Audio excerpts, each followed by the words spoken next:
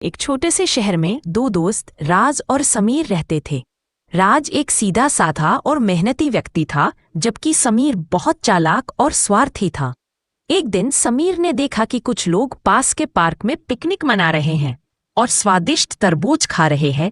उसके मन में लालच आया और उसने राज से कहा, यार राज, पार्क में बहुत सारे तरबूज हैं, चलो हम भी वहां चलते हैं और कुछ खाते हैं।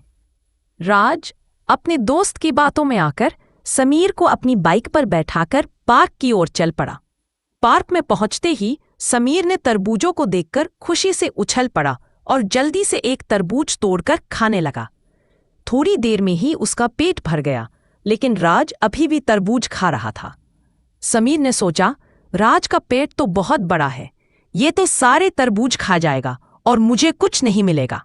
उसके दिमाग में एक शरारत सूझी। उसने तरबूजों को तोड़कर फेंकना शुरू कर दिया और खुशी से नाचने और चिल्लाने लगा।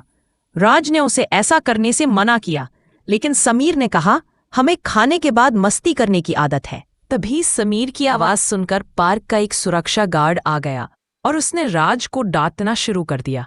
यह देखकर समीर तेजी से भाग निकला और पार्क के बाहर जाकर रुका। राज गार्ड की डांट खाने के बाद किसी तरह पार्क से बाहर आया। अब दोनों दोस्त वापस लौट रहे थे, लेकिन राज ने अचानक अपनी बाइक रोक दी। समीर ने पूछा, भाई तुम क्या कर रहे हो? राज ने मुस्कुराते हुए कहा, मुझे खाने के बाद थोड़ी देर आराम करने की आदत है, और वह बाइक पर बैठकर आराम करने लगा। समीर, जो अब अकेला था, पार्क के बाहर खड़ा होकर अपने किए पर पछताने लगा। उसे समझ में आया कि उसने अपने दोस्त की सीधापन का फायदा उठाने की कोशिश की थी और अब उसे इसका खामियाजा भुगतना पड़ा।